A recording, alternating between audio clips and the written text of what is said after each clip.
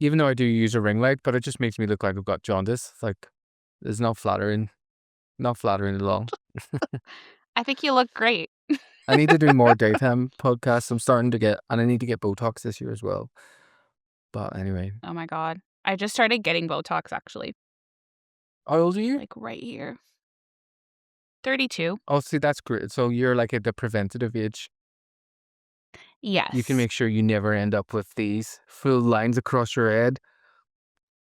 It's not even, yours aren't even I know, bad. to be fair, like they're really not that bad, and I know that like I feel like I get more handsomer every year, so I'm like, You do. I oh, mean, that's it's- just a fact. girls Thanks. get disgusting and men get hot. Sure. Oh my God. Yeah. Yeah, that's actually kind of true though.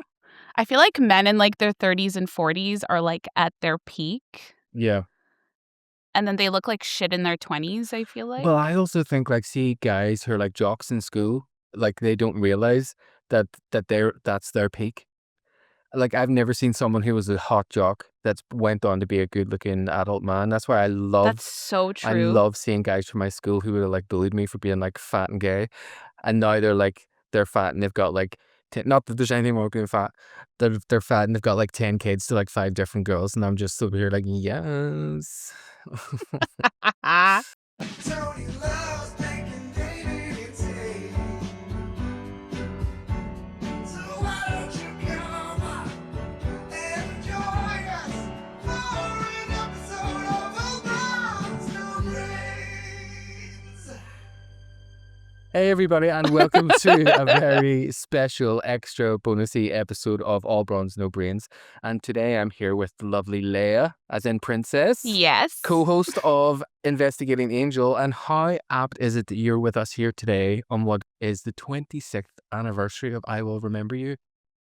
I know. I actually didn't even know. And then I went on Instagram and somebody had posted about it. And I mean, it's just perfect because it's my favorite episode of Angel the series. So, And it's about two loves that have to be apart, just like us. oh my God, across the Yeah, ocean. Are we star-crossed lovers? technically Ocean Cross too. Yeah. I love that. Thank you so much for joining us today. First of all, I thought I would let you introduce yourself to our listeners. Tell us who you are, where you're from, and what you're looking for in life. Oh my God. Okay. Well, I'm Leia, like Princess Leia. I'm Canadian. So that's something. I'm one part of obviously like Investigating Angel with Sarah, who's you guys have probably like met before on here. I don't know. I don't know what do you want me to say? Like One of the reasons I wanted to talk to you is because obviously you're a huge Buffy fan as well as Angel fan, but Yes. you're more used to talking about Angel all the Yes. time. So I thought it would be nice to have you on and to talk a little bit about Angel and also to warm up our audience to you before we have you on for an episode later in season 3. My favorite season, by the way. A very, So very, very strong season. This is the season I think that anyone who watches our podcast can see David is like falling hard for Buffy. oh, that's He's going on good. full on crash out rants about Xander at the minute, and they're so good. Oh my God. He's Xander is pretty insufferable in this season, honestly. So Insufferable in yeah. most kind of seasons, and I'm kind of I'm interested in. I love seeing it from David's perspective as like a new watcher because obviously I didn't see any of these problems with Xander when I was like 11 and 12 because I was just like he's a boy and that's the way boys are. So it's really interesting seeing someone's first reaction be like informed by their world knowledge at this age. Yeah, I agree. I mean, on the topic of Xander, I feel like I don't know. I watched the show when I was like 10. Like I started watching it with my mom on TV. Buffy, not Angel. I watched Angel like later on. But yeah, it was kind of the same thing for me. Like Xander was just a boy. I thought he was funny. But he's very much like of the time. Like I don't know. I wouldn't remove Xander from the show, but there's also like parts of Xander that are like okay, like if you watch it now. I also think for me, because I've had some bad friends, that's how you recognize it more. When you have friends that are like that or treat you that way, you're like, actually, That's not how a friend it should be. That's true. That's very true. So I bet all the Xander lovers out there have just never had bad friend experiences. Maybe they are the Xanders. Oh, yeah, it actually, Do you ever think of that? Mm. that makes sense. That makes a lot of sense. So tell me, Leia, how did a kid from Lebanon end up falling in love with the Buffyverse? Oh my God. Lebanon. Yes, yes. So it was my mom. So my mom and I moved here when I was 8 to Canada, obviously. I was born in Lebanon. And she started watching Buffy because she's like a big horror fan. And yeah, she started watching Buffy like on TV, and then I started watching with her, and then I was like really young, and then I remember for Christmas one year, I got like the VHS set of Buffy season 1. I thought I still had it, but she disposed of it, so I'm really angry about that. But yeah, I started watching it with her, and then started collecting like the DVDs and the VHS tapes, and it's just been like a part of my, I don't know, like growing up this whole time. So That's brilliant. So your mum kind of passed down her love of Mhm. horror to you as well? Yes. Yeah, she did. Yeah. And to be honest, like growing up, I didn't know that, but like now, like I see her watching horror movies like all day. She doesn't like anything else, and I'm like, okay, yeah, girl. That is so funny because that's very similar actually to my mom and dad. They're not big TV people, but they would quite happily let me consume the media that I wanted to. And my friend Jillian had showed me on VHS in her house Nightmare on Elm Street 3, Dream Warriors, and it just became like my favorite film Ooh, when I was like 8 or 9. And I would just like watch it on repeat. Like I fancied Freddy Krueger so much. oh my god, horrifying, Yeah, horrifying. I used to have sex dreams about him and everything. It was like, Oh wow. Well, I mean, he does live in the realm of dreams, so well, this was the scary thing because then I remember on Christmas Day, oh God, what Christmas would it have been? It was probably Christmas 1998 because I received on VHS Becoming Part 1 and 2. It was like a oh my special a god, special feature length, and I hadn't seen any of season 2 yet. But also my parents had bought me Wes Craven's New Nightmare.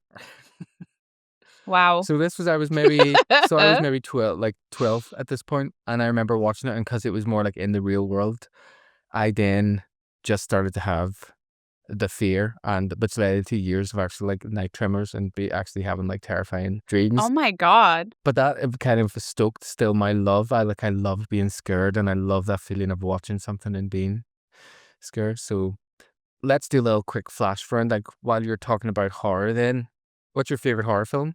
If I had to pick like a franchise, I love the Scream franchise like so much. That's probably my favorite. I feel like Mine too. it's just the originals, like the OG's really good. I feel like it's a franchise that like when they did the new ones, it was also really good.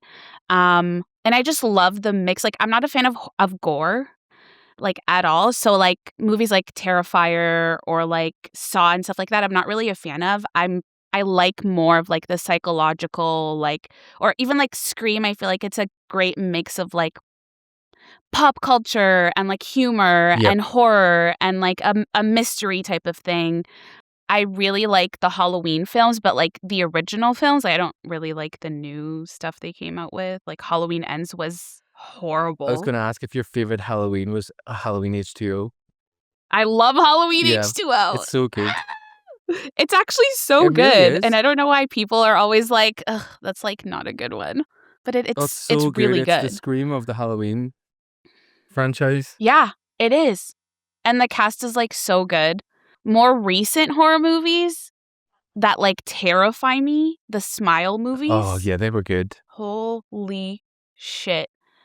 When I watched Smile 2 in theaters, I went with my friend, and I was like I hadn't realized that I was just, like, clenched up during the whole movie, like, I was like and I left and I had, like, the biggest kink in my neck, but those movies are just honestly terrifying, and, like, Sinister, things like that, so, Sinister was yeah. absolutely terrifying. I went with 3 of my girlfriends to watch it in a theater in the countryside, in the countryside of Northern Ireland in a place called Maharafelt. It's like in the middle of nowhere. Oh my god. My friend lived in like a kind of farmish house out there, and there was only us 4 in the theater, and we didn't realize what we were going to watch, and we were screaming. Hell no. Bugul was gonna come out of the screen and eat you. Things that kinda deal with, like, that cross that meta line, like Scream and, like Wes Craven's New Nightmare, or if it's something to do with, like, films or, Yeah. like, all of those things kind of really scare me a lot. I love paranormal stuff, like, I'll get into this on another podcast at some point, but I've had, like, a lot of crazy paranormal experiences, like, in my life, so I love those Ah, things, but my friends always used to, I like, love hate that. when I would stay in the house. They're like, "I'm gonna come downstairs and you're gonna be, like, floating up the wall." They're like, "You're not allowed to stay here Oh my god. anymore," which is Are crazy. you haunted? Well, when I saw Paranormal Activity, it was almost like watching, like, what I felt was, like, part of my life story for the Oh my last, like. god. I absolutely wanna hear about all of them. I love, like, watching TikToks of people. There's this girl on TikTok that lived in this really haunted house when she was young, and some of the stories that she tells, like, she does her makeup. She's just like, "Get ready with me while I tell you about my haunted house." And I'm like, "What is going on?" And some of the stories, I'm like, how did like, her family still lives there. Her parents still live there. And I'm like, I would've ran away from home if I was experiencing some of the stuff those people were experiencing. There's no way. Well, we'll shift to something a bit more lighthearted. What was the moment for you that, like, Angel kinda clicked that was the show that you wanted or thought deserved a dedicated rewatch analysis podcast? I think it's because there just wasn't, like, many Angel podcasts out there just in general. And I feel like, there's so many Buffy podcasts out there that dive deep into Buffy, but then the Angel podcast, like, there's a few out there, but I feel like they're very much like I don't know, like, they're more, like, lighthearted, like, obviously really fun and stuff like that, but I just thought, especially with Sarah and how much research she likes to do, and I just thought I'd never seen something for Angel that dived into it as, like, deep type of thing, and I feel like there's a lot of stuff to talk about in Angel, obviously, so that's kinda what I don't know, that's kinda what made me want to, like, do it with Sarah. Yeah, and I just, like, love her so much, so that was, like, a big part of it is just, like, I wanted to podcast with Sarah, because we just get along so well, and she's just great, and I, like, learn so much from her, so yeah. And how did you meet Sarah? So I started listening to Becoming Buffy during COVID, and then I would, like, message her on Instagram, and then we just became friends, like, online friends, and it turned out that she lives 2 hours away from me, and then we, like, eventually met in real life, and yeah, it was, like she's probably, like, my first internet friend Oh, that's cool. that is now, like, a real life friend, yeah. I think it's quite funny how, like, that how welcoming in so many ways the podcasting community can be, because even, like, we've only really spoke online and on it, like, on Instagram, and then, like, I was a guest on your podcast, and it was the same with Sarah, and what same with me and some other podcasts, and it is funny, like, the little kind of family that you develop, or like the shorthand that becomes so that would take years to build in real life, that you just all of a sudden Yeah, you're like you get to skip a bunch of steps, which is lovely, which I think is the real message of, like, a lot of these shows too. Is like it's like it's your chosen family, which is lovely. for sure. Well, I think when you're a fan of shows like this, like, all of us are not normal about these shows, honestly, let's be honest. We love them, like, so much, and they're a part of, like, our identity, so when you find somebody that you can talk to about it because, I don't know, for the longest time, I feel like I had to hide that I liked Buffy because I feel like people would judge me, like, in real life, but then come to find out, like, I've found out over the years of, like, doing the podcast that some of my, like, best friends in real life are Buffy and Angel fans. And I'm like, "Well, I didn't know that. What do you like, why wouldn't you ever tell me?" But yeah, it's just like, it's a show you can talk about forever with people. So when you find people who wanna, I don't know, go crazy about it with you, it's really nice. Obviously, with doing the podcast, you kind of lean into that geek side of things, that would have always been something I think similar to you, like something I felt like, oh, don't tell people, I'm into, like, yeah, sci-fi or fantasy shows or whatever. Yeah. And now I feel like it's more like a strength that allows me to, as I've recently rejoined the dating world, like on Hinge and Tinder, I'm like, If you want to figure out whether you want to meet me or not, I Ooh, have a Buffy podcast. You can go like listen to that's and amazing. it's great because then the people that message me or match with me are like, "Oh my god, I love your accent," or like, "I love you're so funny," or whatever. Lots of them are like, Well, I mean, you it's not like it's are. like loads of You people. are. Like I'm just like, oh, I just need to pay for premium. I've got so many messages from people, but it's cool having people message be like, "Oh, we should like watch Buffy together," or like. Yeah, it's like a gateway. It, like, opens conversations. And the thing is too, you know that like if someone suggests, "Oh, let's hang out and watch Buffy," they're like, you know that you'll actually be hanging out and watching Buffy. It's not really like a Netflix and chill kind of thing. It's like Netflix and chill, yeah. as long as that's what you're looking for. Sorry to anyone who is joined our Patreon from matching with me on Tinder or Hinge. You were saying just the way we were talking about kind of finding your family and other people that like Buffy. I was wondering, how do you balance being critical of the show while still being a fan?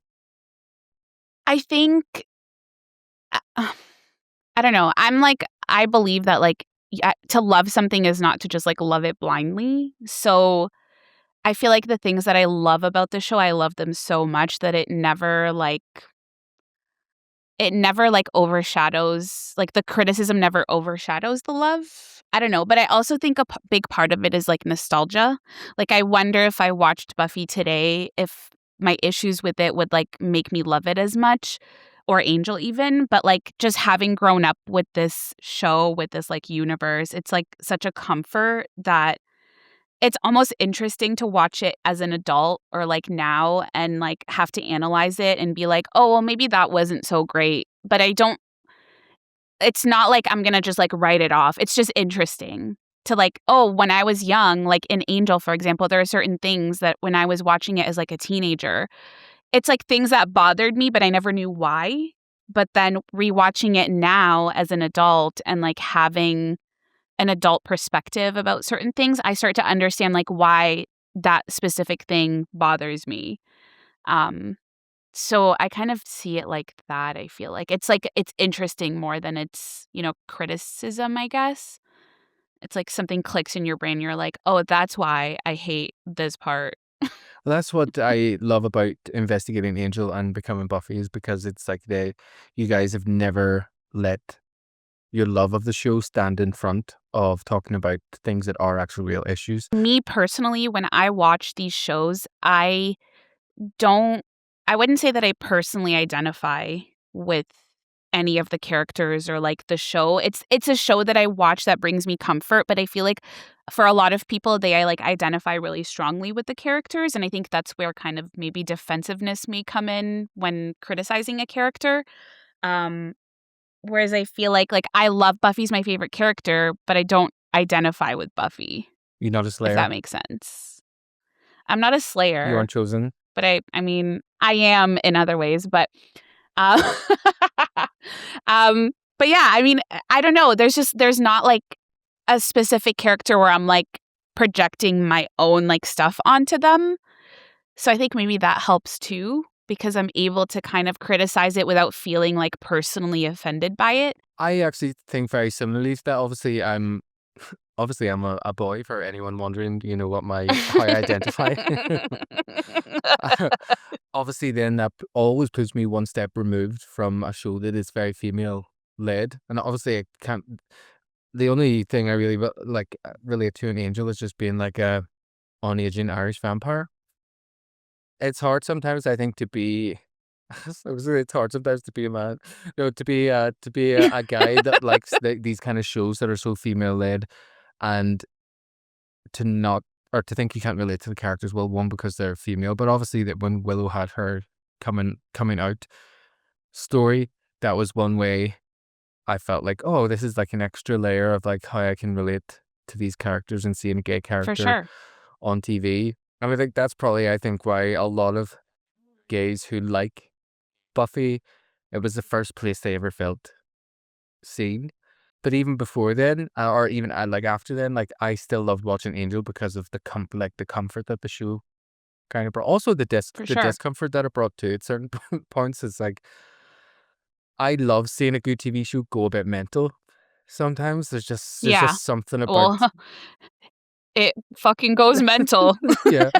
There's something about like a season that spirals that is like so like when we were talking recently and I was like, I love season 4 of Angels so much because it's so crazy. The turgid supernatural drama or whatever, soap opera. Yeah, I love that. That's literally what it turns into. Like a Yeah, paranormal for sure. telenovela is just like Oh my god. Yeah.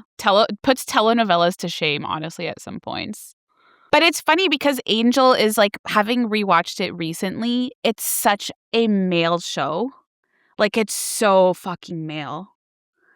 But season 1 isn't. Like, I feel like season 1 has like, that's probably like one of my favorite seasons of the show, which is probably an unpopular opinion because people love to hate on season 1. oh, I love season 1. I love it. It's so nostalgic. It's like my favorite version of Angel the character. I feel like he's very relatable in that. Like that's the season where I relate to Angel the most. Like this, he's introverted, but he's trying to be a little bit social and he's like awkward, but also has that dry sense of humor that like makes him Angel.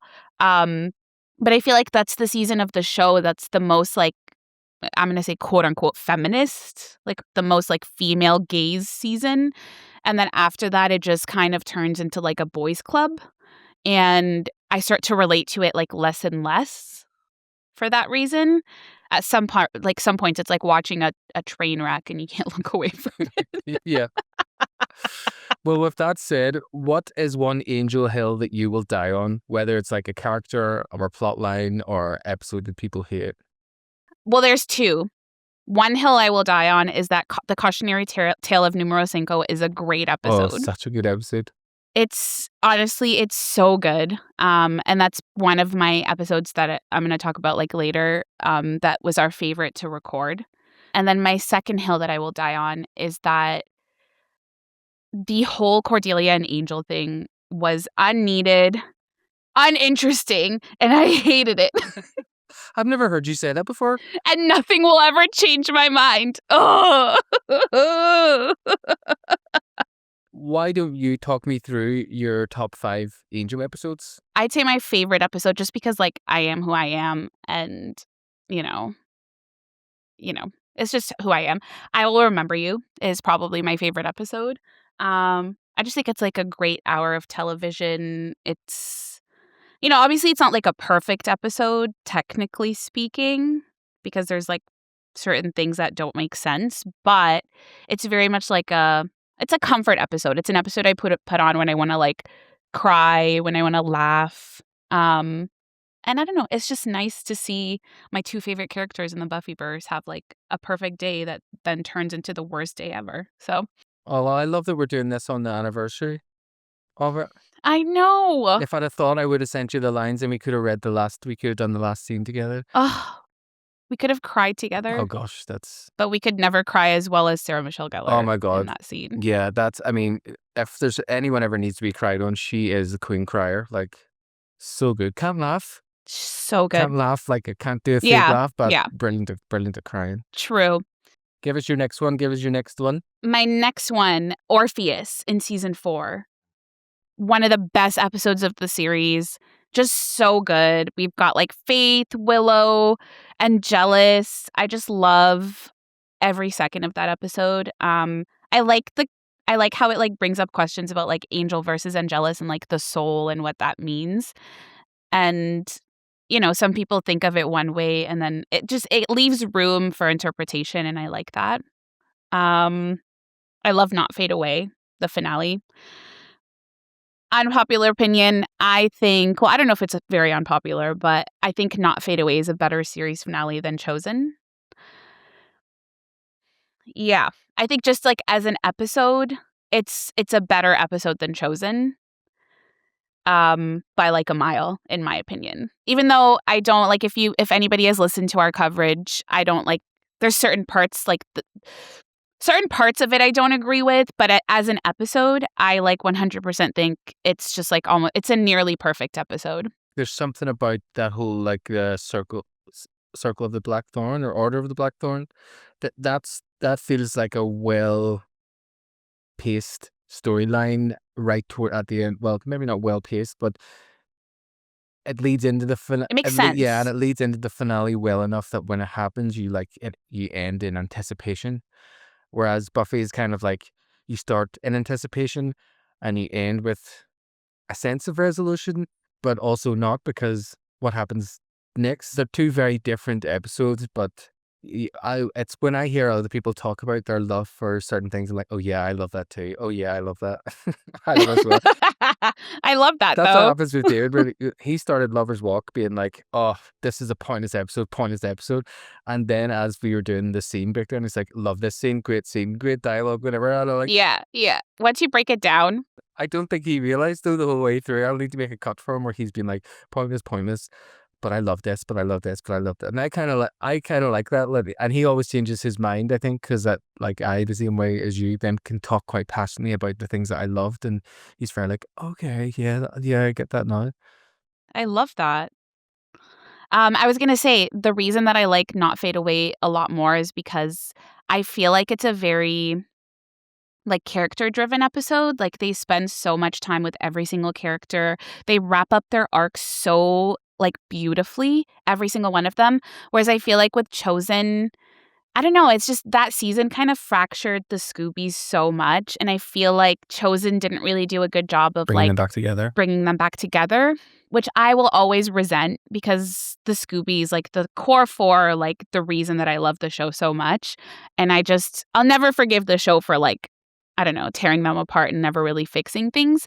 But then with Angel, I feel like they get torn apart throughout, season 3, 4, and then 5. And then in the finale, they, even though they don't like fix all the relationships, they really just like round out the character arcs so well, like every single one of them. And it gives me goosebumps to even think about it. Like, especially like Wesley and like Gunn going to see Anne and Angel spending his last day with Connor. And it's just so good. And that's a big part of the reason why I love it, because I've found just watching these shows, I'm definitely more of like a character person than a plot person.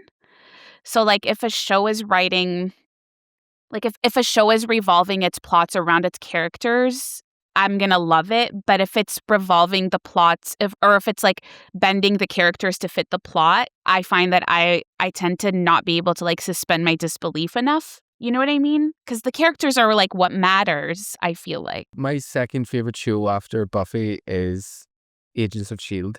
And some people are just like, how can you love that show so much? Like it's because it had such a, I guess for people, a divisive first and second season of like, because it's a lot of Marvel fans, I think, that wanted to like it. But then because I just love the character development, what they do with the characters over the course of all those Yeah. series is like, it's just, actually think in some ways it's probably better than Buffy. Like the way I fall for the characters and the way I care about them. I guess it's because it's my adult first time watch show. So it's like I experience completely different things watching it. But that's another show with Buffy. I'll do a Buffy watch a year and an Agents of S.H.I.E.L.D. watch a year. And Isn't Jay August in that show yeah, he too? is. Yeah. Yeah. Yeah. That's a Joss Whedon show. It started, yeah, as a Joss Whedon show. Yeah, his brother Jed, I think, became, is it Jed and his wife? I think so. And they kind of like take over, and then it splinters from like the MCU, and that's where it really grows because it's got like it's allowed to exist in its own place. I think if you love characters and if you could get through the first season is very Marvelified, you know, Okay, everything's like, okay. oh, we're here to clean up after Thor's mess, or we're, all of that. But then once they splinter from that, it's Right, right. so good. Definitely recommend it. Okay, okay. We are looking for a new show to watch. I said this already about Agents of S.H.I.E.L.D. Next, yeah. That would be fun. We're still like tossing ideas around, but there's like so many. I know Daredevil was like a really big request from people. People requested Supernatural too, but like I'm I'm not podcasting until I'm 85 years old. Oh my god, there's no way. Also, that's such a bro show and they just like do the same thing over and over again for like 35 That's seasons. how I feel a So, bit about Charmed. It's very yeah. like every episode is like kill a demon with poetry. And then that show kind of goes off the rails too. Yeah. but not in a good way. With that said, give me your next favorite episode of Angel. My next one, Are You Now or Have You Ever Been? Oh, Season 2. So good. It's very much like it could be like very gimmicky if you I don't know, it could have been very gimmicky, but I just feel like I love any episode that like dives into Angel's backstory. Obviously like Angel in a tank, in a white tank, smoking a cigarette with his hair like parted to the side. So hot. and that big sexy tentacle demon at the end. Oh my god. Oh. He kind of had a sexy voice, I'm not going to lie, the tentacle demon. And tentacles. And then I think there's one more. So I combined 2 episodes because I feel like it's like part 1 and 2. So I consider them to be one episode. But the trial and reunion Oh, yeah. are so good. One thing about like season 2 that I noticed this time around was that the build up to the whole Darla stuff was so good. And then after that, it kind of like falls off. And I hadn't really thought of it that way before. But having rewatched it recently, it's just like so, so good. And then after reunion, it kind of like, they kind of dropped that storyline and it kind of, I don't know, it was a little bit disappointing. But I think it's so disappointing because those episodes are so good.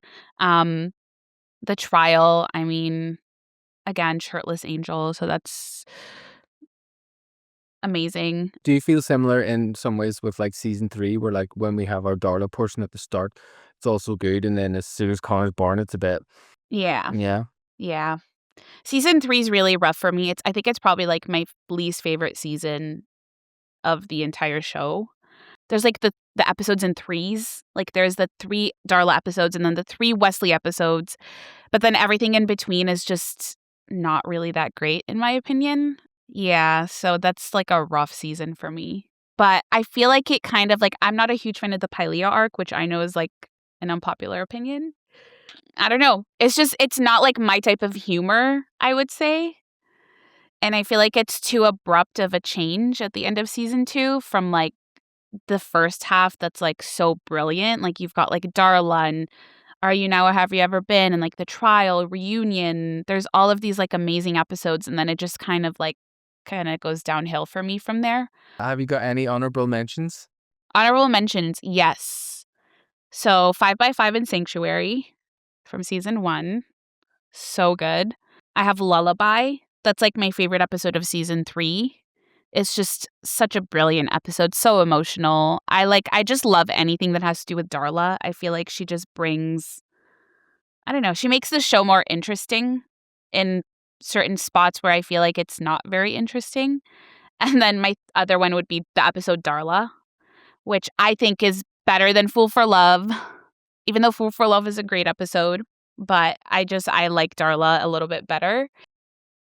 Well, I recently saw the promo for Fool for Love and Darla. You know, it was like the 2-hour crossover event. Yeah, The promo was better. yeah, The promo was made Fool for Love look better than what, I mean, Fool for Love, like you said, is great, but the promo made it look like a dive into the Spike's history. It was like, no, it's kind of like he only approaches talking about it like quite comically.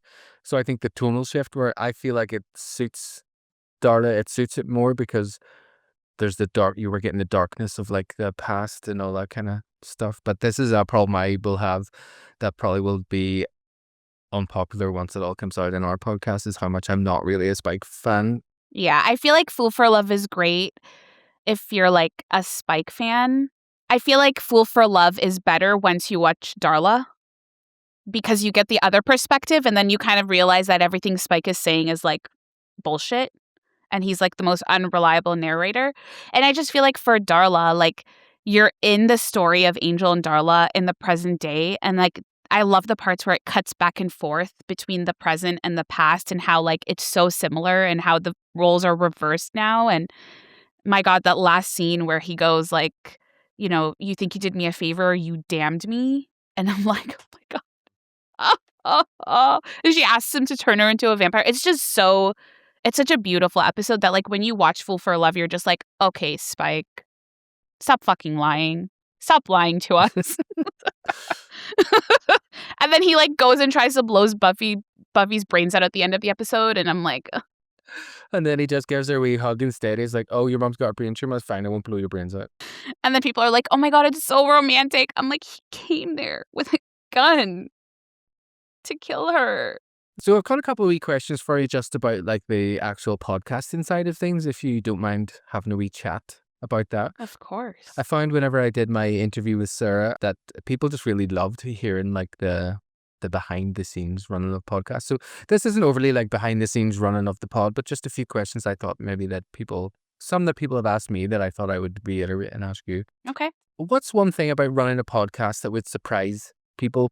I think just how like time consuming it is, like how much of a commitment it is. And how like there's times where you don't want to do it because for whatever reason, like, we were doing the podcast for like 3.5 years, and there was a bit of time where it was kind of rough. Like just the act of like sitting down, having to watch the episode and then having to record it. And sometimes you don't really love the episode. So then you have to like find things to talk about where it's still interesting. And then you have to edit the episode and then having to do social media. So it's like, it's a commitment, and it takes up a lot of time and energy from your life, especially if you like, you want to do like other stuff too. So I think that's something that people don't really maybe think about. And I think that also, when you're doing a podcast, it's always going to be bias. And I feel like a lot of the criticism that we would get is like, "Oh, you guys are like really biased and, this and that." I'm like, "Well, we're fans and we're doing a podcast about a show that we love. Like obviously we're going to be biased." And We're not a news network. exactly. And we're not talking about like, it's not a documentary that we're talking about. We're talking about like a very like fantastical TV show. And I think just another part of it is just like, sometimes it can seem like episode after episode we're kind of just like complaining or criticizing, but it's like when you're doing it and it's like one episode after another where you're like not really a fan of it, it kind of starts to like get to you a little bit, where you kind of are having like a hard time finding the positive. We always tried our best to like balance that, but it's really like challenging, honestly, at some points. And then I guess just the positive is like, it's really fun to just like sit down like we're doing right now and just talk about something that you love with somebody who loves it as much as you, and not feel like, back to the point of like you have to kind of hide that you like this thing and not feel like you have to, I don't know, hold back.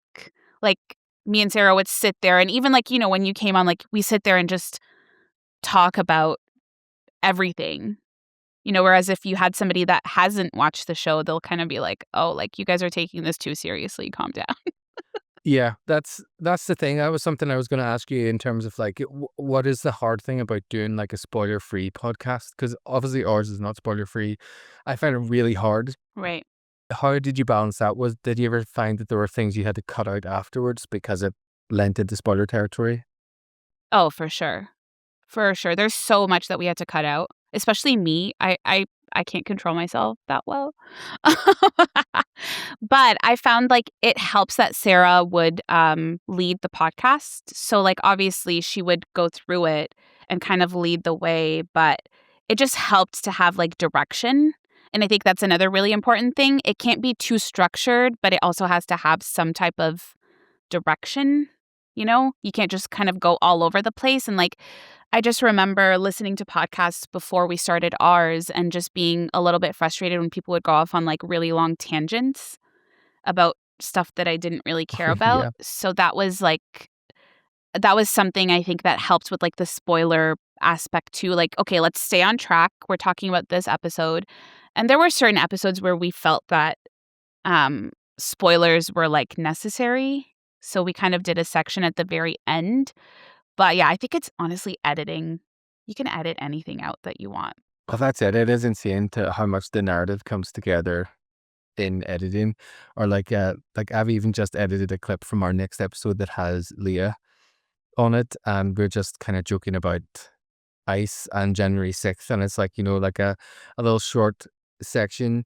But what people wouldn't realize is that is like, 2 minutes of us all talking over each other, and then the edit has it like I've been able to pull out all of our jokes to make sure they're all like, and I would almost love to post the original versus how the edited conversation sounds, because I did the same actually when I edited the ponytail fight video that I did for Becoming Buffy, because I was able Yeah. to go in and take all the arguments out and kind of make it sound like a more like back and forward, that's one of the things I absolutely love about the podcast process is the editing. Do you do editing? So for Investigating Angel, I was doing all the editing because Sarah was doing all the editing for Becoming Buffy.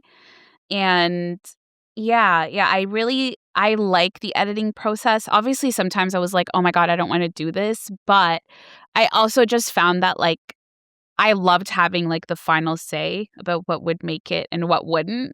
The fucking mute button hated to see me coming because there were just so many. Like I would just cut, just certain things that like, if somebody says a sentence in a way that I feel was like doesn't make them sound good, like I can just remove it. And I loved that.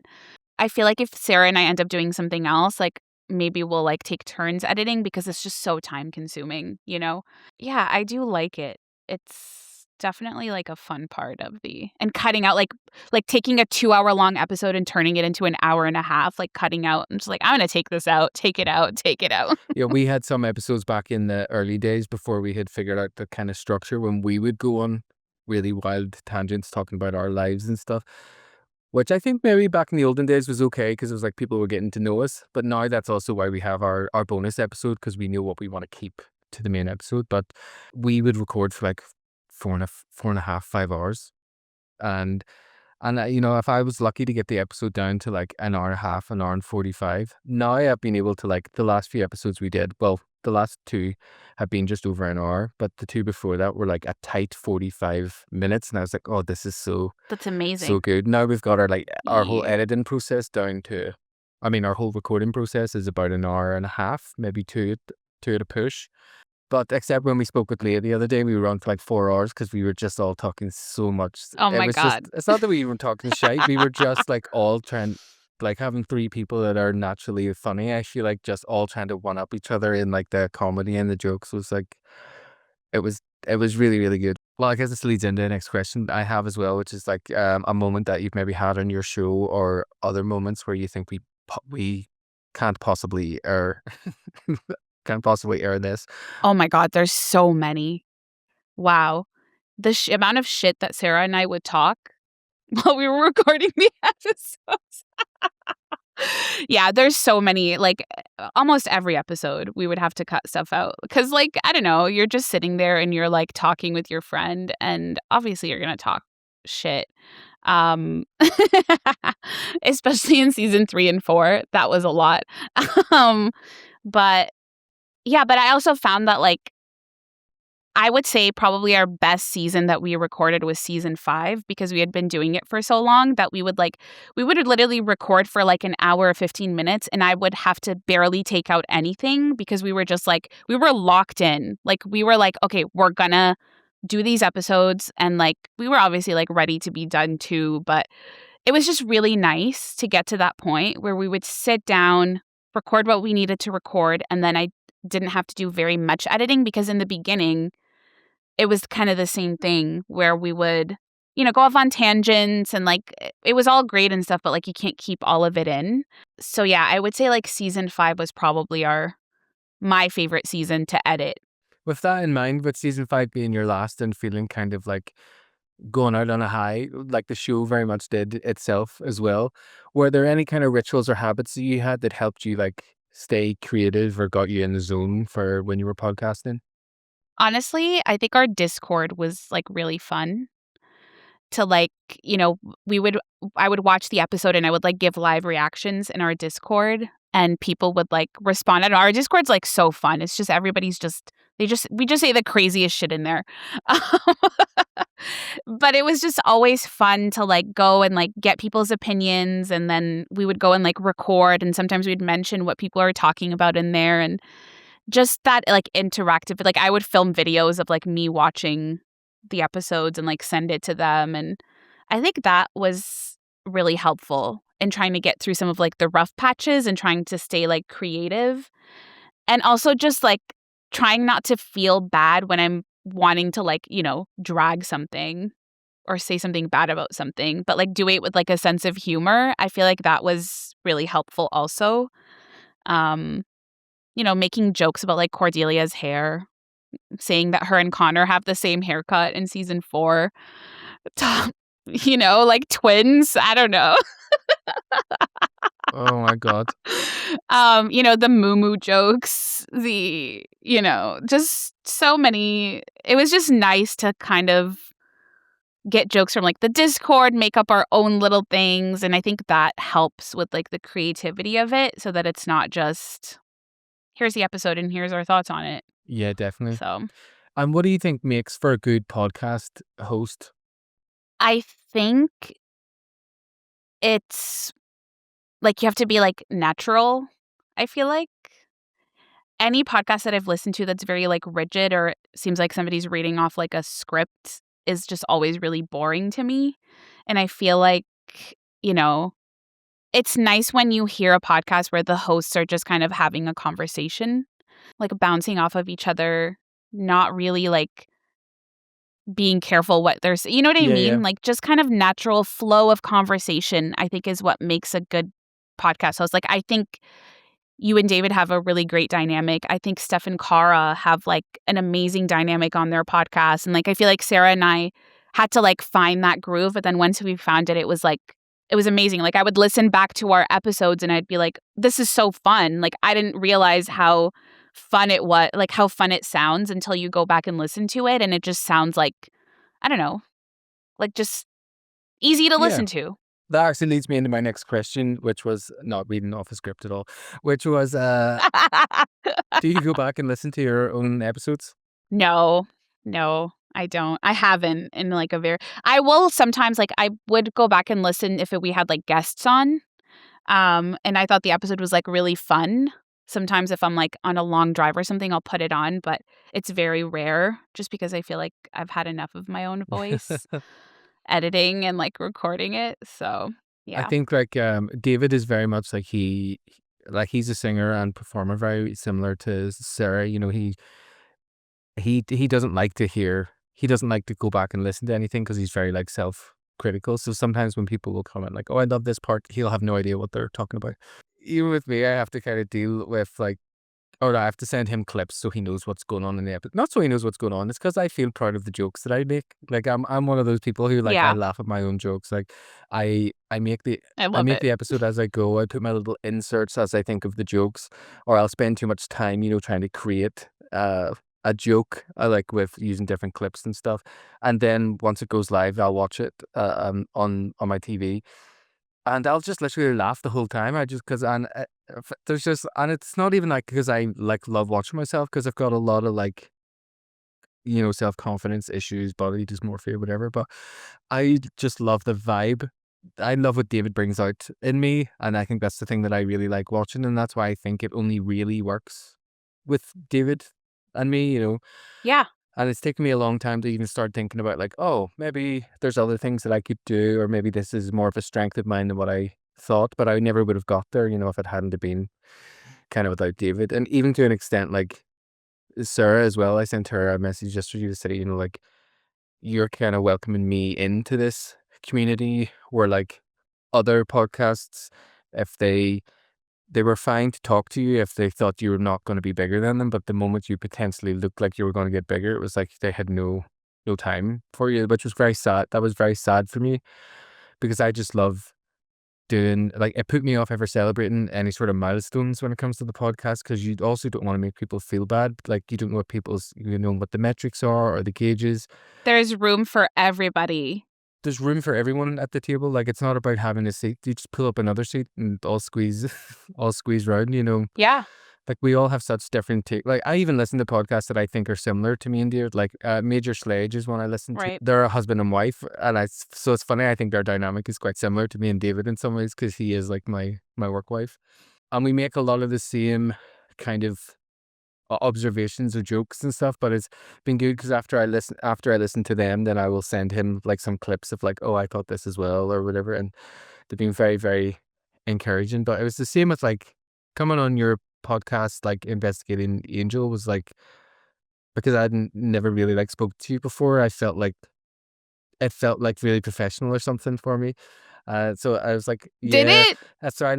I'm So sorry. no, but in a good way, because then I listened to it afterwards and was like, oh, I love this. It was the same when I did Becoming Buffy, and when the episode came out, I felt like, oh my god, I love like how much fun we're having and how much laughter there was. Like, so it's great that like something that can be very scary can build your confidence like so much. Absolutely. I don't know. I'm always kind of apprehensive just because I've had like bad experiences within the Buffy fandom where it's just been like very intense. And it kind of like put me off, I don't know, like making friends a little bit. But you were just like so warm and like inviting and like so supportive and stuff. And yeah, I love you. You're just, I don't know. I never thought that I would like make other friends within the Buffy podcasting community, but I don't know, you guys are great. And I'm not a person that like likes to make new friends, which I know is probably like a bad thing.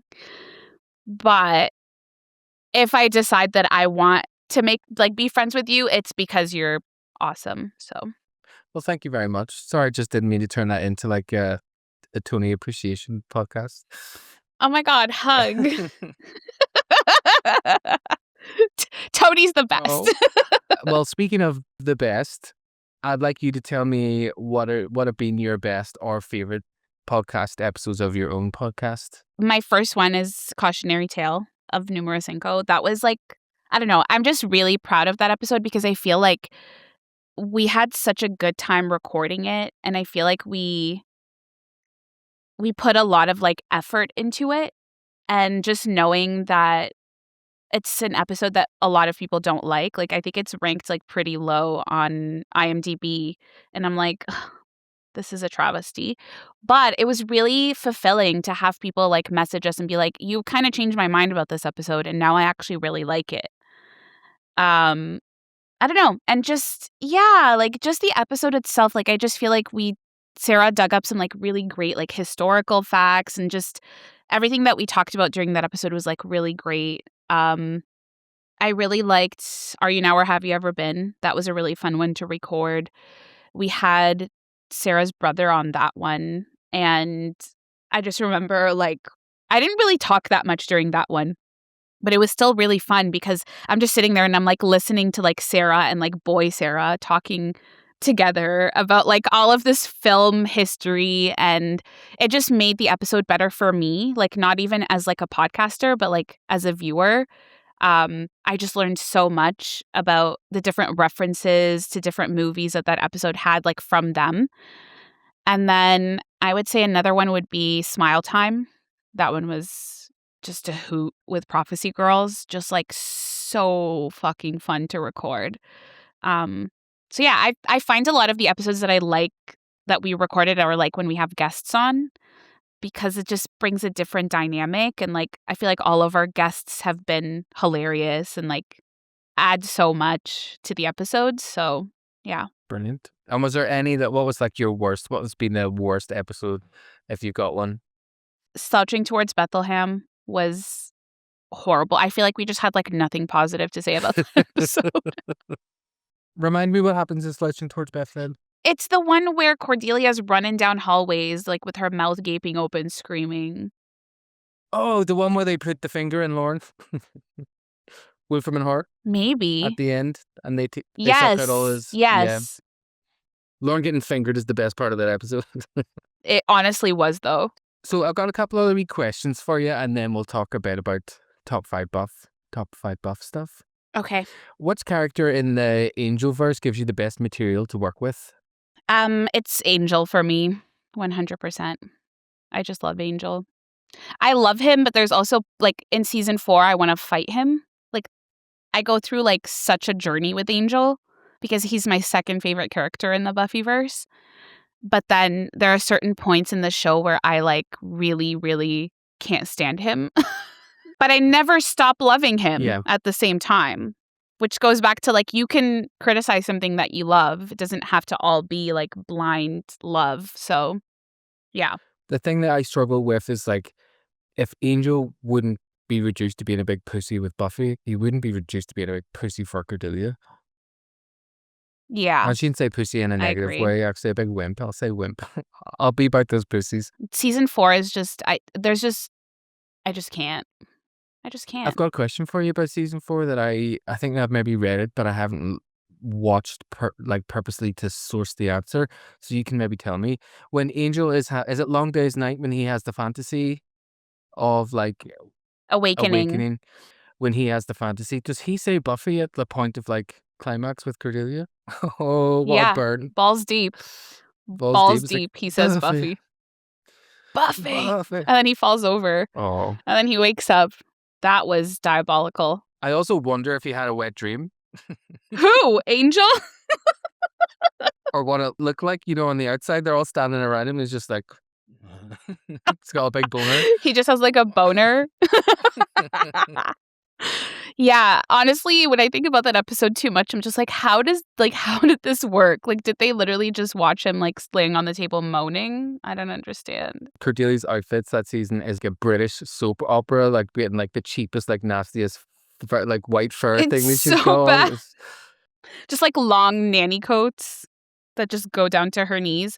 I'm like, we don't need to dress the pregnant woman in like these types of clothes. Just put her behind a desk. It's fine. One of my unpopular opinions, actually, I don't know if it's unpopular, but I always found the fashion in general on Angel, like for the women, wasn't that great, to be completely honest. I don't know. I was just never a fan. Except for season 1. I feel like Cordelia's outfits were great in season 1. And then after that, they just kind of frumpy. It's from the haircut. The fucking hair. John and Kate plus 8 ass hair. She really just was like Samson, like all of her charisma, no pun intended, was literally in her hair. And then they cut it off and she just turned into a wet noodle. Yeah. Yeah, very bad. I mean, obviously, I do feel she, you know, had to have extensions in for years, and her hair was like falling out or whatever. So the answer was what? To cut it and bleach it. That first one where it's like black and it looks like somebody, like a child, took scissors to it and just cut off random pieces. Is that the museum one, the heist episode, when she's like, "My teeth are so big." The Shroud of Yeah. Ramen. Yeah, That's what we the called shroud it. of ramen. Mm. I love that. But with icon Tony Todd, Yes. That's actually, I don't remember, like when we recorded that episode, I was kind of like about it, but watching it again, it's pretty fun. that's what I'm quite looking forward to, like watching, knowing that I've watched Buffy with like new eyes. I'm excited to watch Angel with like, because I haven't done an Angel rewatch in a while. Well, actually, that's not true. I think I may have just finished an Angel rewatch whenever I was on. Oh no, I did season 5, all of season 5, before I came on your show. What's your favorite season of Angel? Oh, it's tough. Like What would you say? so favorite all round season 1, 100%. I'm a big fan of like episode of the week format. I love a episode. It's just something the TV's moved away from in general. I just thought Angel season 1 was brilliant at capturing all the things I loved about Buffy, but in a darker era. Yes. Like one of my favorite episodes, this might be an unpopular opinion, is Eternity. I love that Oh, episode. so do I. So many people hate it. Why would that be an unpopular opinion? Yeah, What? so many people don't like that episode. I say so many people. Passion of the Nerd did not like that episode. That's actually surprising because you would think that he would like something like that because it has the whole like Angel's like soul thing, and I love that it. episode. I love Cordelia acting at the start and shouting at me for her lines. Oh my god. And yeah, it's Yeah. such a great, it's a brilliant season. Another one that's really good in that season is the one we always forget its name, the one with the kid that has no soul. That one was chilling. Where the demon is the one that wants help. Yeah, that episode is Yeah. brilliant.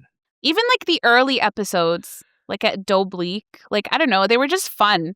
Sense and Sensitivity.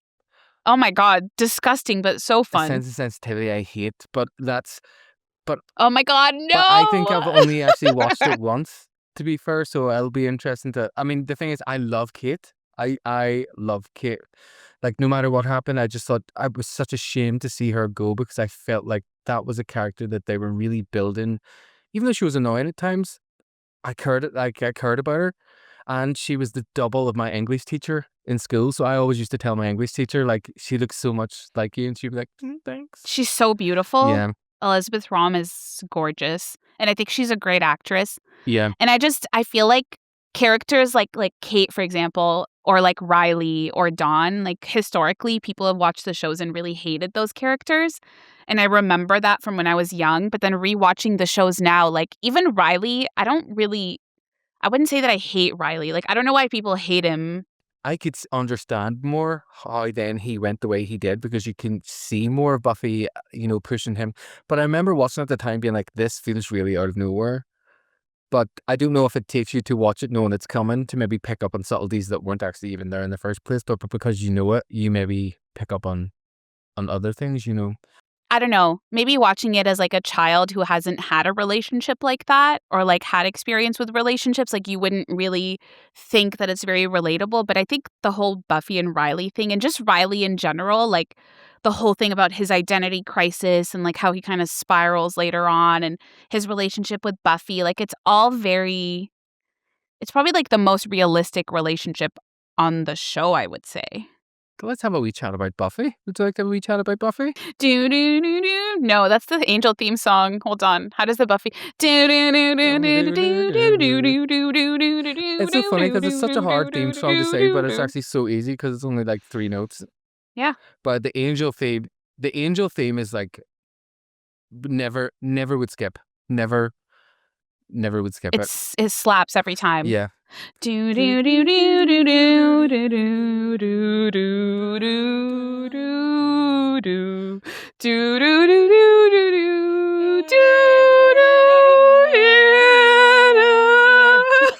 Bow, bow, bow, bow, bow, bow, bow. Bow, bow, bow, bow, bow, bow, bow, bow, da, ba, da, da, da, da, da, da, da. Da, da, da, da, da.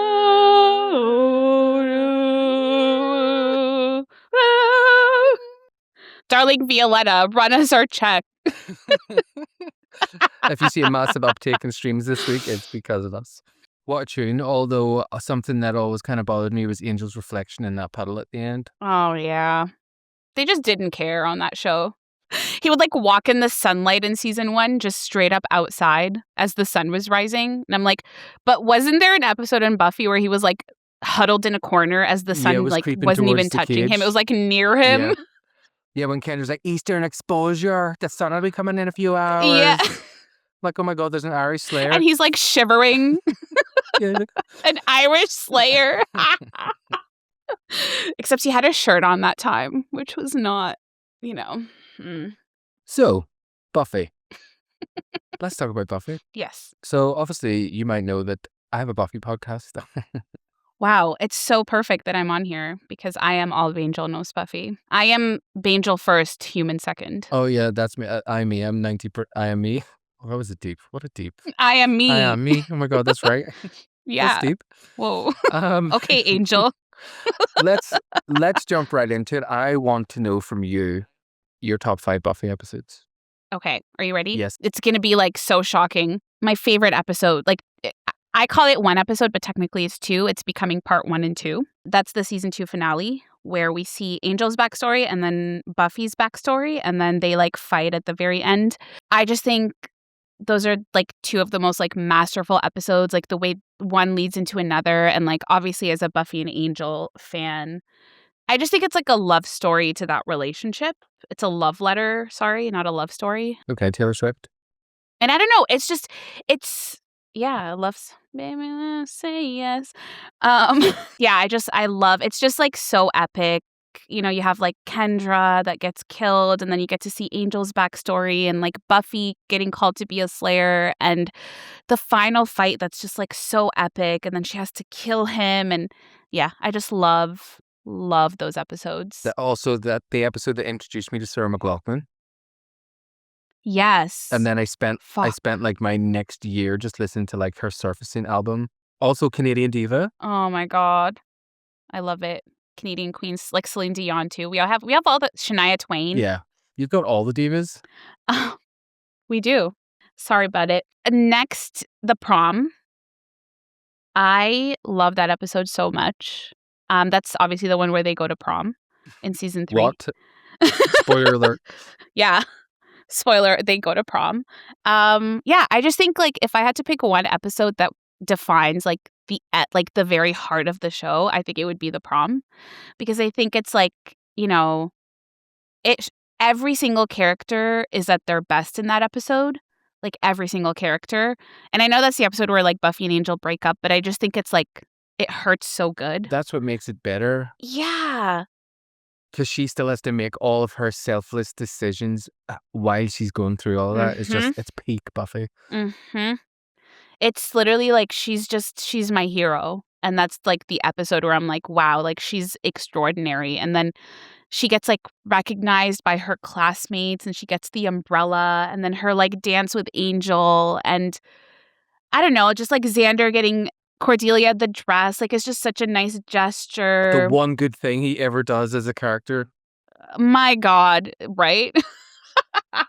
And then like Willow and Oz, and I don't know, it's just like the plot of the episode itself, like with the hellhounds and stuff, is like silly and campy and stuff. But I feel like that's not even the point. Like the episode is just so beautiful. And, you know, it has everything that I like. I like melodrama. I like angst. I like the humor. I like the heartfelt stuff. When we get onto that episode, Sarah's coming on to talk about it. I love that episode. I love that our good. season 3 is like stacked with like female collaborators, because obviously as two guys that are talking about Buffy, it's so important to actually have a woman's voice in there too. Sometimes For sure. sometimes, particularly for a lot of our audience are female as well. So I think it's nice to like, because there's just a perspective that we don't have. But that's nice that you guys like do that. It's nice that you think that way too. Like, I don't know. #feminist. #feminist. Yeah. I mean, I feel like you guys do have like kind of like that perspective. It's just I find that it's always nice to bring somebody else in, because then you have some like another third party perspective. And yeah, I just love that. And season 3 is such a good season to talk about, because I would say every single episode, like there's no skips, in my opinion, in season 3. There's only one skip for me. What's your skip? Lover's Walk. Gingerbread? I love gingerbread. Really? Yeah, I love gingerbread, but Oh my God, wait, why Lover's Walk? I just think like, so we've just, for anyone who's listening, we've just posted our Lover's Walk episode yesterday, and like I love the end of it. The Buffy Angel stuff is so good. The rest of the episode, I just like watching the Xander Willow thing in real time over a matter of weeks. I'm like, oh my God, I forgot how annoying this was to have to do it weekly. Whereas like when you're watching it in a binge, you're like, this is over in like 4 or 5 episodes, that's totally fine. But I feel like I've just been dealing with this for so long. And I think because Spike is so wishy-washy when he returns, like I can't figure, we're not at that point yet where, like, I know in the rewatch where Spike goes, so it makes it easier to watch. But for a first time watch, I just don't know how people are meant to know. Should they feel sad, bad for Spike? Should they not? And I think that's obviously the intention. You're not meant to really know how you feel, but it is a bit of like a whiplash episode. Like I think too much happens in one big chunk. The fight that happens is like I said in the episode, like if this is a show about vampires, give me like period vampires, you know, like 80s, 90s, 1700s Renaissance. Don't give me all like leather jacket business suit wearing vampires where I can't tell them apart like in a fight. Yeah, that's fair.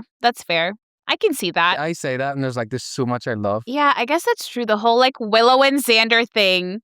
Yeah, that's interesting. I've never heard that, because I feel like that's an episode that like most people love in that season. But obviously, because a lot of people are like foaming at the mouth, frothing over Spike. So any episode that he's in, they're just going to be like, "Woo, woo, woo, woo, woo, woo." Whenever Spike is on my screen, I just see like a court jester. Like he's just a fucking clown. Like there's not an ounce of me that ever feels sorry for him. I just think he's like so pathetic and such a loser. So I find it funny. Yeah.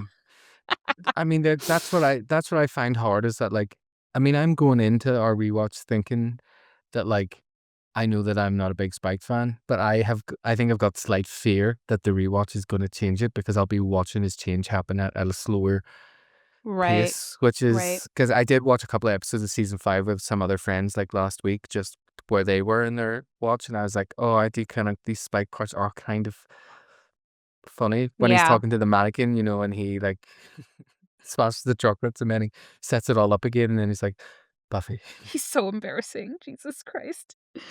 Yeah, I think the thing with Spike for me is like there's parts like James Marsters is so endearing as an actor that you almost can't help but be like, my God, this guy is hilarious. But yeah, I'm curious to see how you'll feel also. I haven't like rewatched the entire show in a very long time. I usually like fall off somewhere in season 5. When he starts to be a fucking pervert is when I start falling off. So Sorry for derailing you there, yes. the next one, Passion, Oh, yeah. because it's just it hurts so good. I have noticed that like rewatching season 2, I have such a hard time watching after like Angel turns into Angelus because it just hurts so bad. But it's just like Passion is such a beautiful episode and like, you know, I don't know, Jenny dying, like it just kind of changes the show. It just kind of makes you think like, wow, this is serious. It's like the Red Wedding, but in Buffy. Yeah, that's so true. That's so true. It definitely takes the show from like a great show to like an amazing show, that episode, I think. The Gift, obviously. I think The Gift is like a nearly perfect episode. I think it's a better episode than Chosen, but it's not like the ending that I would have wanted for Buffy to die, but like it's just the like last scene with like the score when she Oh, jumps off I've the got goosebumps tower. thinking It's about it. just so beautiful. Oh my God.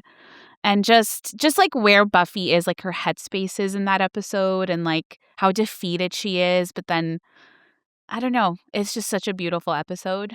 I think that's the thing that's hard about season 6 and 7. Obviously, we're dealing with the impact of that, but is thinking that like Buffy never fully gets back to that headspace of feeling done, and Yeah. there's something so kind of really sad about that. Like that like this was her.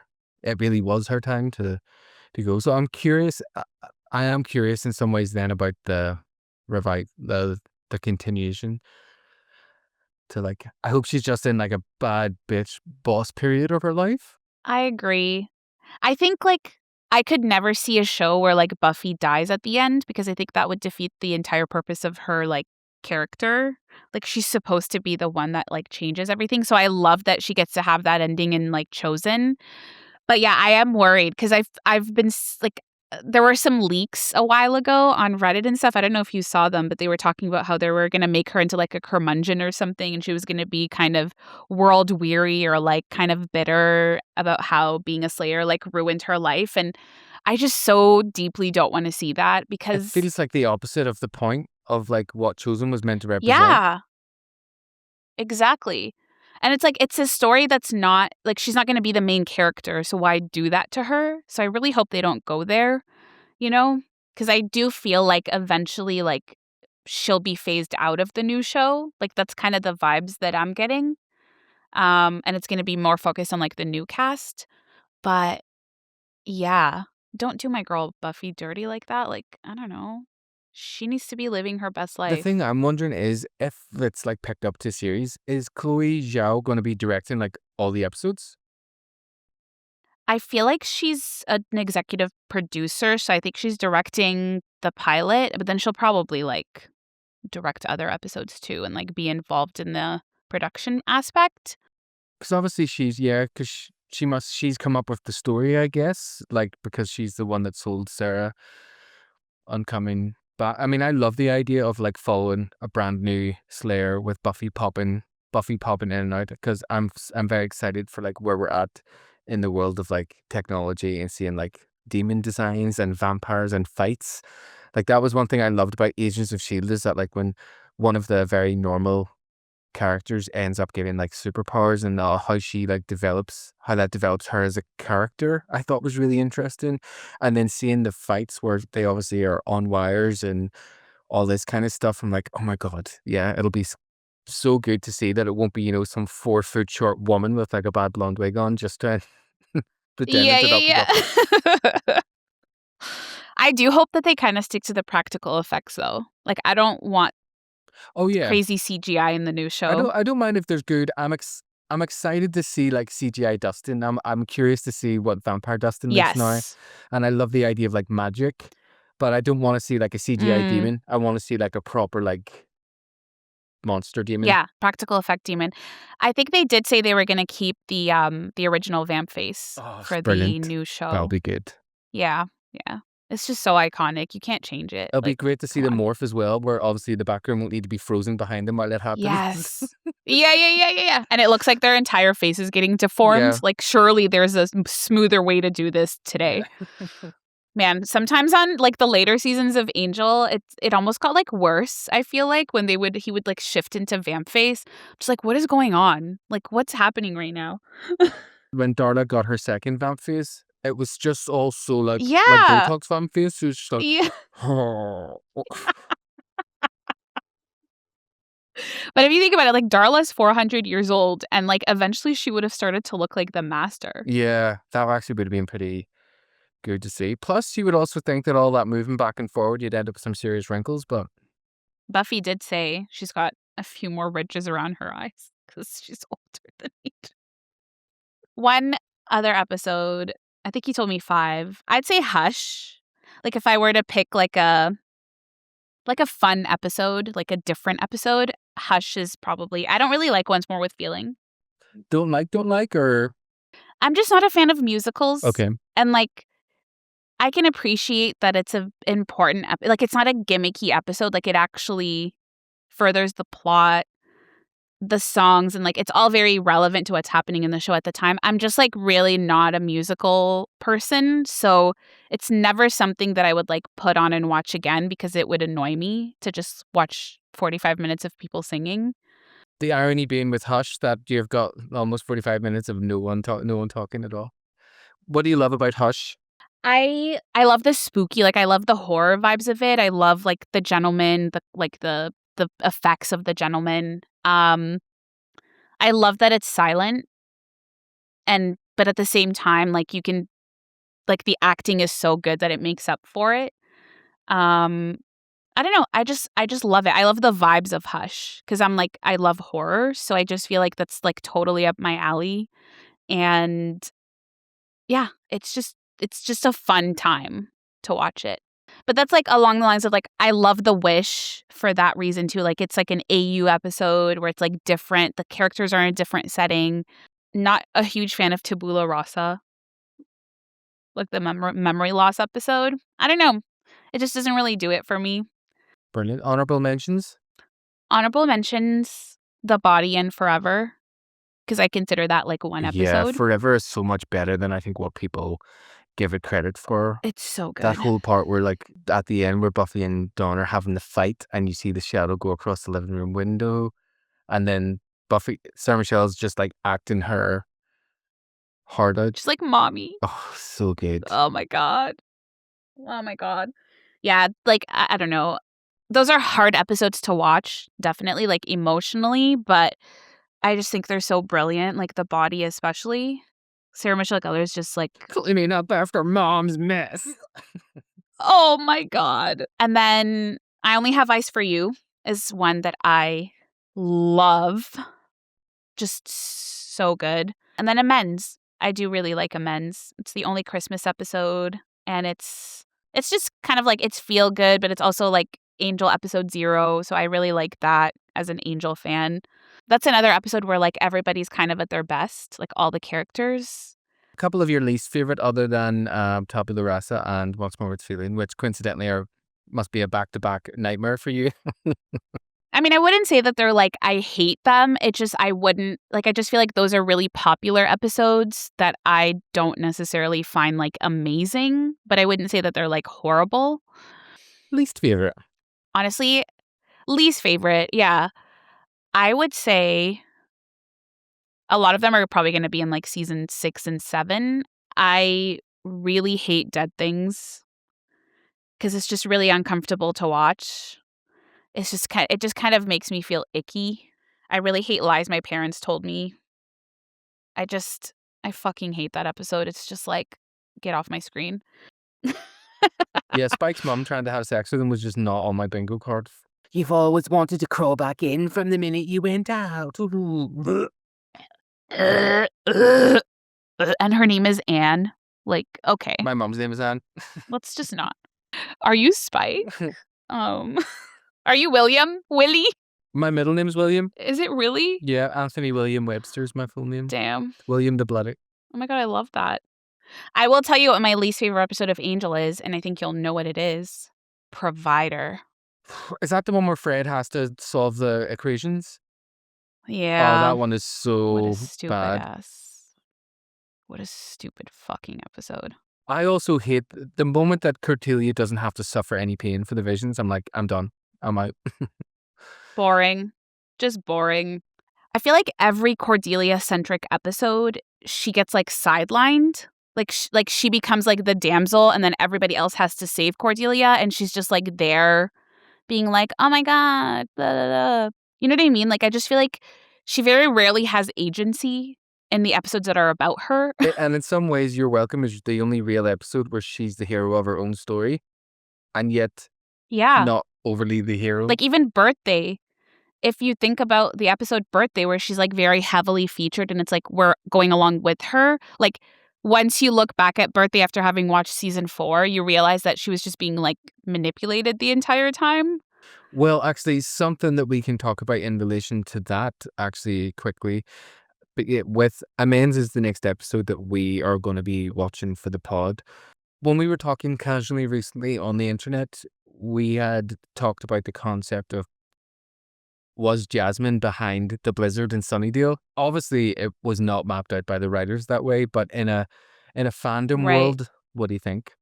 I think it could absolutely be valid. I mean, we know that it was like divine intervention or whatever. I think the common headcanon is that it's the powers that be, you know, because it's like Amends is very much like Angel the series episode 0. Like it kind of establishes the whole like A higher purpose kind of. like the mission statement of Angel the series, right?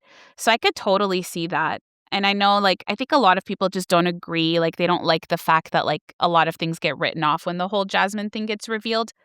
I personally like it, so I totally buy into that headcanon that it was Jasmine that did that. Those are some of my favorite episodes, actually, that from the moment, like, kind of Jasmine comes and then Fred being out on her own, you know, it's like surviving in the sewers and stuff. Those are good Fred episodes. And there's like Mhm. Shiny Happy People is one of my favorite episodes. Absolutely. I don't know why. It's just, there's something about the ridiculousness of all of that. Like Angel going to that fucking mad crab dimension. And Yeah, yeah, yeah. I just love the insanity of season 4. Those are really good episodes, honestly. I love season 4 after Awakening. I think it gets really good. Like, it just becomes, like, epic. But before then, before Awakening, I can't. What did you think of Gwen as a character? I love Gwen. I feel like she came in that one episode and just, like, injected life into the show, and I wish that they had kind of worked her in, like, a little bit more. Actually, fun fact, and not about Gwen, but another side character. You know the girl, Bethany from the episode Untouched? So, one of our, like, people that's in our Discord, she runs the Out of Context Angel Instagram account, and she had tagged that actress in one of her posts, and then they started messaging.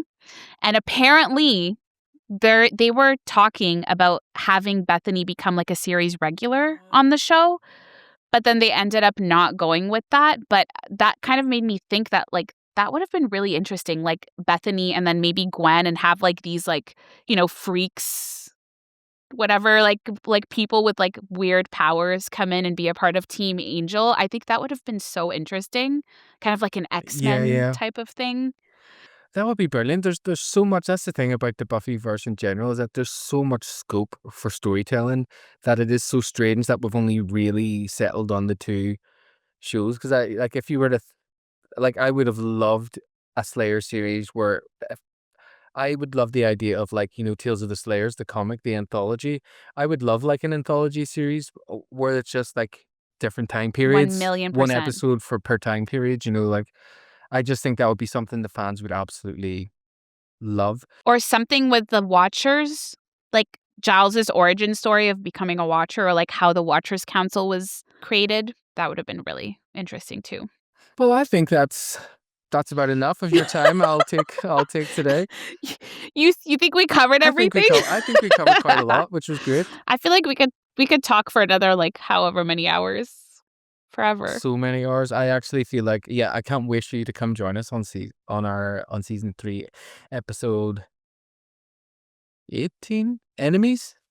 Isn't it crazy? It's crazy to me that like the Earshot aired 5 months after Graduation Day Part 1 and 2, obviously, because it couldn't air at the time. Yeah, because of Columbine. Yeah. Fucking US. But it would have been so weird to watch that for the first time after you've seen the season finale. I just would have cut the episode and not. Yeah, that's so true. Do something else. Yeah, even though I love. But it is a good it's episode. such a good episode. I love it. It's such a good episode. We'll have you back soon where we'll be talking one of my absolute favorite episodes, obviously a little Angel and Angelus centric for a spoiler too, which is second best. Yeah. God, it's so good. Thank you so much for joining us today. Thank you for having me. This was so fun. Can you tell people where they can follow you and find you and all of that good stuff? We're on Instagram, Investigating Angel Podcast. And then you can listen to all 5 seasons of our coverage of Angel, just like anywhere you stream podcasts. It's all out. Make sure to go follow and check out Investigating Angel. You girls, put in so much work. Incredible podcast, great Thank takes. you. Even God. the slog for you guys of season 4, I think is very entertaining. I love hearing people talk about things that actually aren't that enjoyable. Sometimes you just have to. Honestly, sometimes you just have to say what you need to say. And like the thing is, you can't make everybody happy. Like there are people who are just, no matter what you do, they're going to have a problem with how you talk about something that they hold dear to their heart. So just like say whatever you want, honestly. You want to bitch about something? Make it into a joke. Yeah. You guys are so fucking funny. Like I just feel like no matter what you cover or what you do, it's going to be enjoyable to watch because you make it fun to watch, even if you're not having fun with it. You know what I mean? Like, well, thank you so much. Yeah, I've thoroughly enjoyed Dave crashing out on things so far. Currently it's Xander. We'll see. The crash out episodes are the best. I have a feeling David's going to end up loving season 4. You know when you can just tell someone someone loves season 4? I have a feeling he's going to love it and he's going to be dragging me through. I actually love season 4 as well. That's amazing though. Season 4 has some of the best episodes of the show, honestly. And then you can also like make fun of Adam. Oh yeah, his floppy disk. That Frankenstein looking motherfucker. Yeah, I love Adam and his fucking floppy disk. So good. But yeah, if you've liked what you've seen, make sure to like and subscribe. I'm not sure what platform this is going to be on. Originally it was going to be Patreon, but I think I'm just going to put it out as a bonus episode of the pod. Aw, that's nice. People love hearing all this shite, This was really fun. I haven't podcasted in like a really long time, so this was really fun to just like sit down and chat and yeah. Well, thank you so much. And Thank you. yes, guys, we'll be back over on our main channels with the next episode. Who knows which one it's going to be. Yeah, thank you guys so much. Bye. Stop Stop it.